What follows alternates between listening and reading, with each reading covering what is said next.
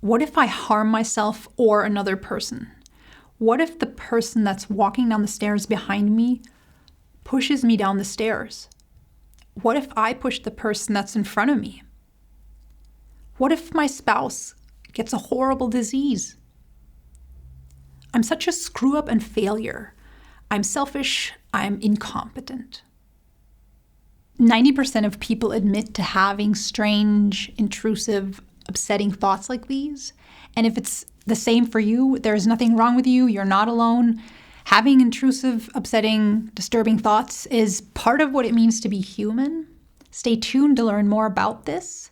This is part 2 of the Cognitive Defusion course, and it covers the types of upsetting thoughts, strange, disturbing, intrusive thoughts humans have. Hey everyone, welcome to and welcome back to Becoming an Expert at Self-Leadership. I'm Maika, I'm a psychologist.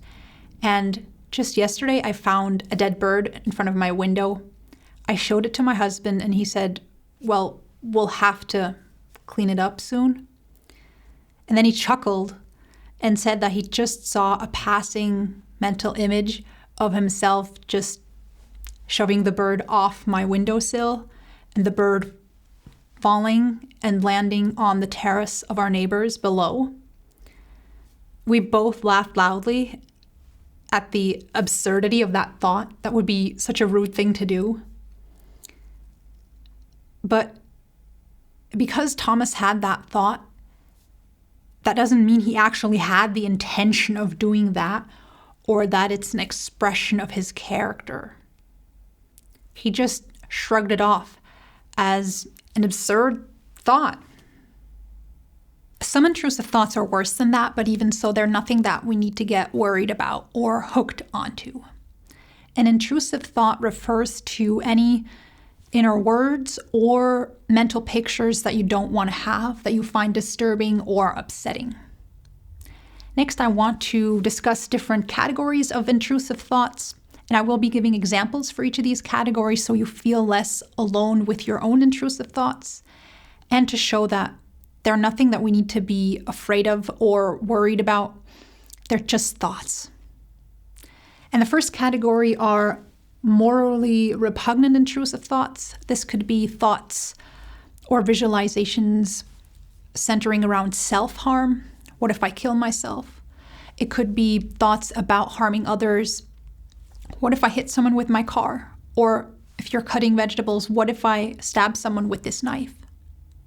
It could also be thoughts revolving around immoral, illegal, or unwanted sexual acts, like thoughts revolving around the fear of visualizing others naked or visualizing sexual acts themselves, or visualizing intercourse with people that you don't want to have intercourse with, like family members, children, or people who are already in a relationship. And the last category of morally repugnant thoughts are thoughts revolving around blasphemy. This only applies to you if you're religious. And these are thoughts or mental images where you see yourself doing something that your religion advises against. So you may have a fear of thinking or seeing yourself doing those things that, your religion doesn't recommend.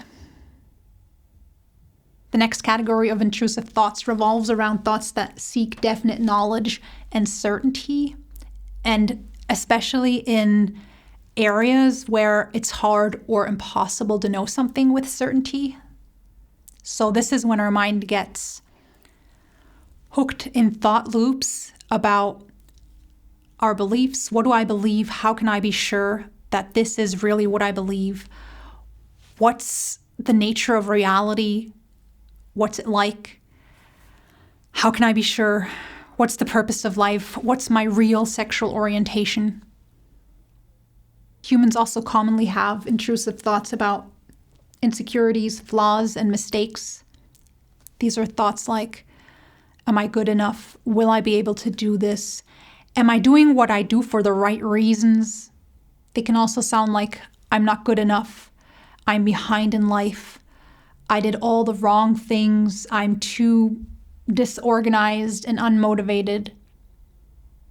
Worries are also intrusive, upsetting, disturbing thoughts. They can revolve around our health. Am I getting sick? Did I catch a germ? Am I going crazy? Is this what it feels like? Will there be an accident? They can revolve around relationships. Are we good? Is everything fine between us? What if my partner's cheating on me? What if I cheat? They can revolve around humiliation. What if something really embarrassing happens? What if I start urinating in the middle of my presentation? They can revolve around failure. These are thoughts and revolving around the fear of something going wrong, losing assets, money, wealth that you've saved, losing your job. It can also be of a smaller scale, like sending an email with the wrong attachment, or thoughts or recurring sense of uncertainty about questions like, did I really turn off the stove? Did I lock my apartment? Did I lock my car? The next category are the off-track thoughts. These are thoughts that pull you off track from your goals and values. An example is a thought of some sort of distraction while you're working, or an image of staying at home on the couch when you're just about to leave to go exercise.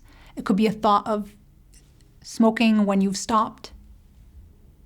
These are all thoughts that good people have. It doesn't mean that actually deep down you're a twisted, bad person, or that because you saw a horrible thing in your mind, this is now more likely to happen, or that you need to do something to make it less likely. Still, these thoughts can get stuck in our minds, and we can live in the fear of these thoughts and lose time and energy trying to counterbalance them. That's why it's important to learn skills to unhook, disentangle, and disidentify from these thoughts so they stop causing you pain. Remember, it's not the intrusive thought that's causing you pain. It's your response of being shocked and worried. There are two more types of intrusive thoughts that I want to mention. One are traumatic memories. These are thoughts related to actual horrific things that happen to you. And the other type are psychotic thoughts. These are paranoid thoughts, hallucinations, like I'm being watched, I'm being manipulated, someone broke into my flat and left no traces. These don't have the what if or I hope this doesn't happen character, but these are when you perceive something as a fact that other people can't perceive and that can't be objectively proven. If you're experiencing these two types of intrusive thoughts, the methods that I will be discussing in this cognitive defusion course won't help, or they won't be enough, but there are other methods that can help you, and it may be worthwhile seeking support from a specialist. This may also apply if you're so hooked by these other thoughts that you're obsessing and that it consumes hours of your day. Before coming to a close with this video, I want to shortly address why we get stuck in certain morally repugnant thoughts. And it's not because they're an expression of your secret desires. Rather, these thoughts always have to do with things that you don't want to happen. They are mental images of things that go against your values and desires, that frighten and disturb you.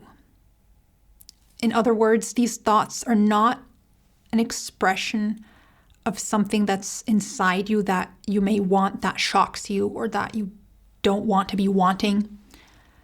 But these are thoughts that express something that's an opposite to what you want and to who you are.